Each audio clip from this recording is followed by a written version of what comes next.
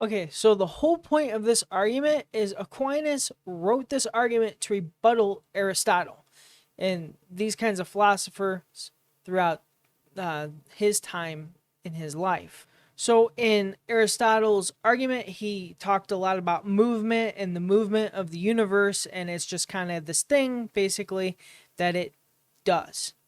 Aquinas is using this argument to say, hey, that this movement that you're seeing right now is because of God. This argument is based off three things.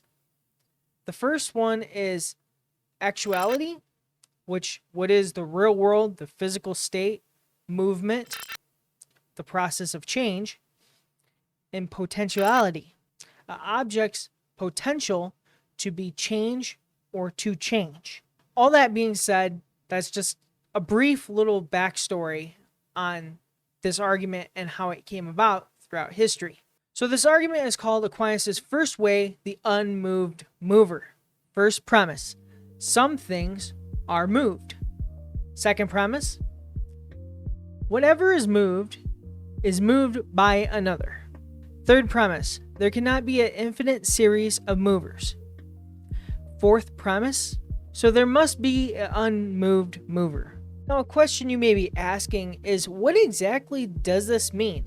The first premise is pretty simple and it seems pretty self-explanatory to me, is some things are moved.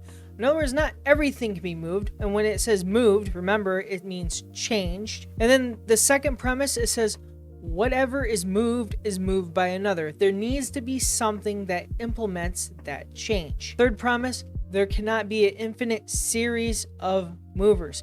In other words, the movement needs to come, the change, so parentheses, the change needs to come from a direct source. Real quick side note here is somebody asked me in one of my last videos is why can't there be something called infinite regression?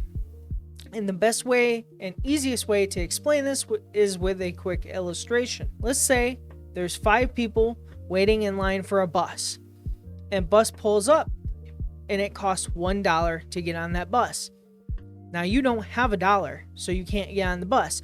So you ask the guy behind you and say, hey, can you lend me $1 so I can get on the bus? The guy behind you says, well, I will lend you $1 if the guy behind me lends me $1 to lend you. So on and so forth towards 5 people. But remember, we're keeping it simple towards just 5 people, but this goes on infinitely. So the question is, would you ever get on the bus? The answer is no. You would never get on the bus because that person, you would never get that dollar towards you to get on the bus. So this is what's called infinite regression. In other words, if something made God, then that something that made God would have to be created. And again, so on and so on towards infinity. You would never ever get to who is really God.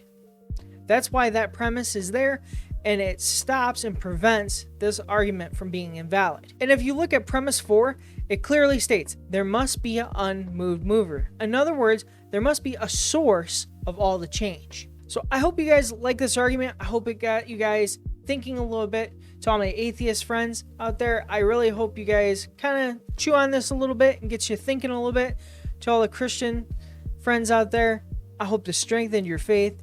Remember, be like Jesus.